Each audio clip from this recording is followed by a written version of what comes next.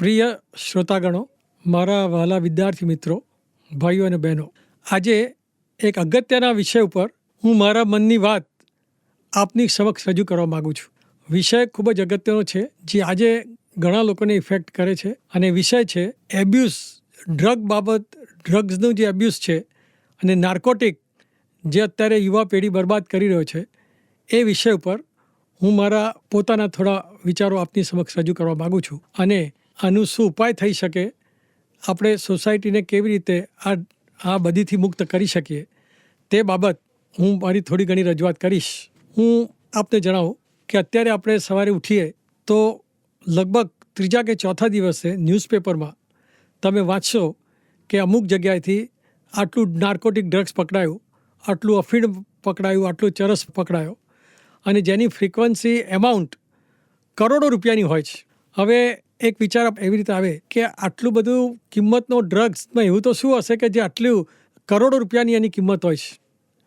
પણ એક સીધો પ્રિન્સિપલ એવો છે કે જો ડિમાન્ડ હોય તો જ સપ્લાય થાય. ડિમાન્ડ અને સપ્લાય લેવું કે જે વસ્તુની માગણી વધારે હોય તો એ માગણી પ્રમાણે સામો માણસ સપ્લાય કરે, તમને આપી શકે. જો કોઈ વસ્તુની જરૂર જ ના હોય તો કોઈ સપ્લાય કરવાની જરૂર નથી. પણ એક વસ્તુ અગત્યની એ છે કે મોટા પાયે ડિમાન્ડ જ્યારે થઈ રહ્યો છે ત્યારે મોટા પાયે આ બધી વધી રહી છે, સપ્લાય થઈ રહ્યો છે. કોણ સપ્લાય કરે છે, કોણ આને લે છે, કોણ આનો યુઝ કરે છે, એ આખો વિષય જુદો છે. પણ આ જે સવાલ અત્યારે છે એ ફક્ત ગુજરાત, મહારાષ્ટ્ર કે કોઈ રાજ્ય પૂરતો નથી, આખા દુનિયામાં છે. પણ હું અત્યારે આપની સમક્ષ તો મારા ગુજરાત રાજ્ય પૂરતું જ કરવું તમને કહી શકું છું. આજથી ઘણા વર્ષો પહેલાં એક ફિલ્મ આવી હતી જે પંજાબમાં ડ્રગ્સ માટે પુષ્કળ યુવાન પેઢી ડ્રગ્સની એડિક્ટ થઈ ગઈ હતી. એના માટે એક સિનેમા આવ્યું હતું, એનું નામ હતું ઉડતા પંજાબ. એટલે નાર્કોટિક ડ્રગ લઈ, અફીણ, ચરસ લઈ અને કેવી રીતે ઉડી શકે માણસો, એ બાબત પંજાબમાં આ પિક્ચર આવ્યું.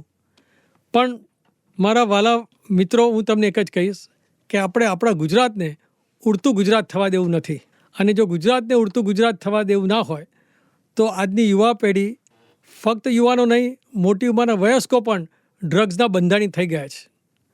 એના માટે આખી યુવા પેઢી બરબાદીના માર્ગે ચડી ગઈ છે. અત્યારે કોલેજો, સ્કૂલો, પબ્લિક પ્લેસીસ, તમે ગાર્ડન, બગીચાઓ બધે જુઓ તો ત્યાં અત્યારે ડ્રગ્સની બધી એવી છે વેચાણ છે. નાના નાની છોકરાઓ, યુવા પેઢીઓ આજે એના બંધાણી થઈ ગયા છે. એ ખરેખર ખૂબ જ દુઃખદ વાત છે. સરકાર પણ આના માટે જરૂરી પગલાં લઈ રહી છે.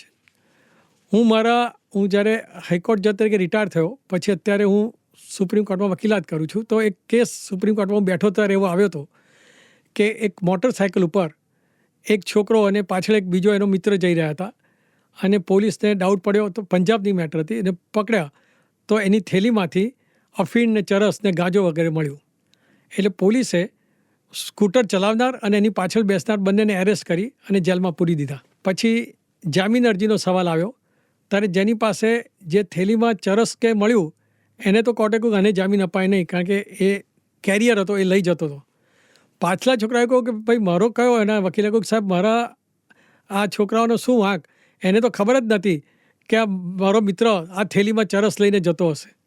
એટલે સુપ્રીમ કોર્ટે કહ્યું કે ભાઈ એનો વ્યાજબી જામીન ઉપર છોડવો જોઈએ, કારણ કે કદાચ એને નોલેજ ના પણ હોય, કારણ કે પોલીસ એવો કોઈ પુરાવો મૂકી ના શકી કે એની પાસે નોલેજ હતું, એને જાણકાર હતો અને બંનેની મદદગારીથી આ જઈ રહ્યો હતું.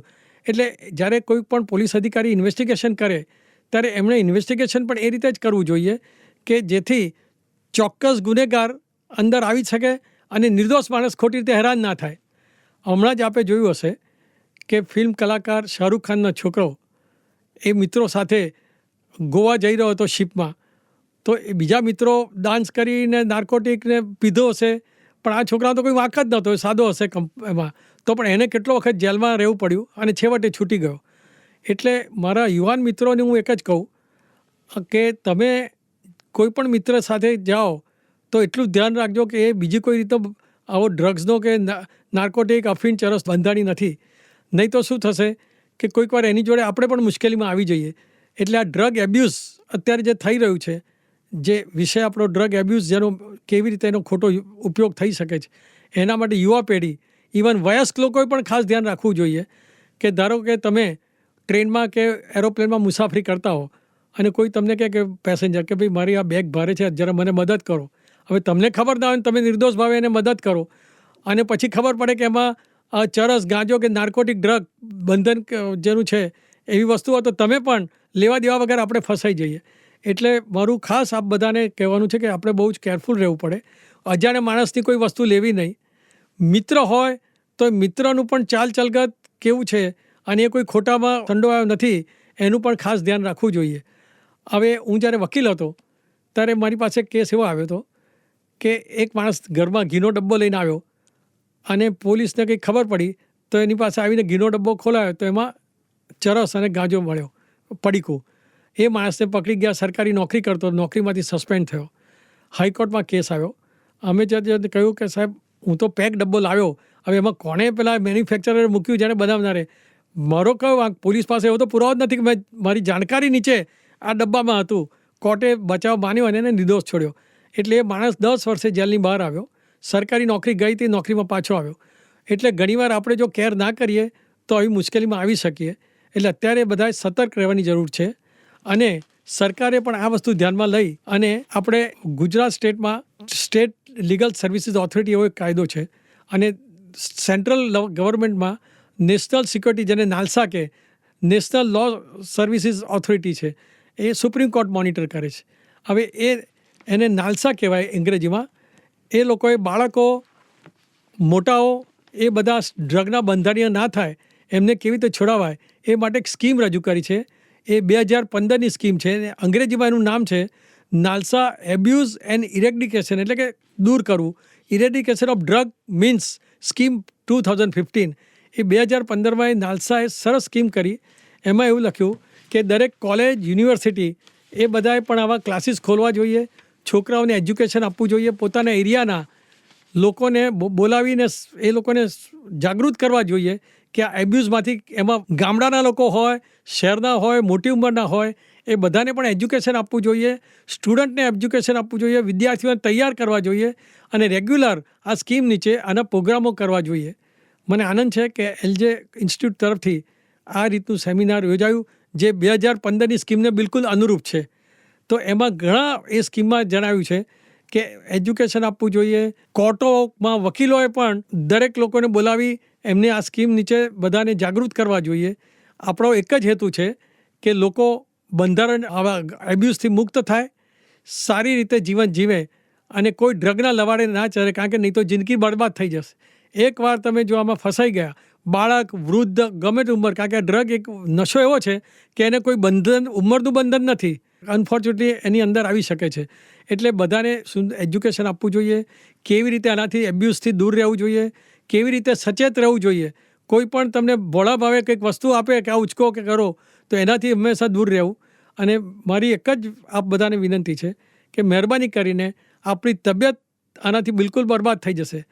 આપણા બંધારણમાં કલમ આર્ટિકલ 47 એવું છે કે દરેક રાજ્યે એવી સ્કીમ બનાવવી જોઈએ કે કોઈ પણ જે માણસને શરીરને નુકસાન કરતા હોય એવી કોઈ પણ જાતની દવા કે કોઈ પણ જાતનું વ્યસન ના થાય એના માટે સરકારે પગલાં લેવા જોઈએ દરેક સ્ટેટે. તો આપણા બધાનું મારું એક જ કહેવું છે કે આપણે બધા એક જ વિચારવું જોઈએ કે આનાથી સરવાળે આપણે બરબાદ થઈશું, કુટુંબ બરબાદ થશે. આખું કુટુંબ, એક માણસ જેલમાં જાય તો એની પાછળ એના બાળકો, એની સ્ત્રી, બધા સગાવાલા બધા બરબાદ થઈ જશે. એટલે અત્યારે આ દૂષિત વાતાવરણથી દૂર રહી અને જો તમે માગણી નહીં કરો, જો ડિમાન્ડ નહીં હોય તો સપ્લાય નહીં થાય. એટલે કોઈ પણ માણસ તમને સપ્લાય નહીં કરી શકે જો તમે એને બિલકુલ ના પાડશો તો. આજે એક વસ્તુ તમે ના પાડો તો કોઈ માણસ એનું મેન્યુફેક્ચર કરી ના શકે. જે વસ્તુની માગણી વધારે હોય, ધારો કે અમુક મોટર એવી છે કે જે અત્યારે બહુ જ લોકો લેતા હોય તો કંપની એનું પ્રોડક્શન ગમે તેટલું કરે તો 2 વર્ષ સુધી તમને મળે નહીં. એટલે જેટલું માગણી વધારે, જેટલું ડિમાન્ડ વધારે એટલો સપ્લાય વધારે. તો આનો ડિમાન્ડ બિલકુલ બંધ થઈ જશે તો બિલકુલ સપ્લાય બંધ થઈ જશે. સોસાયટી સારા માર્ગે જશે. અને મારો કહેવાનો આજે આપ બધાને આ માધ્યમ થ્રુ એક જ કહેવાનું મારું છે કે આ વ્યસનથી દૂર રહો, કશામાં લોભાવ નહીં, છેતરાઓ નહીં અને ખૂબ જ આજની વિદ્યાર્થી જનરેશનને બધા ગાઈડ કરો.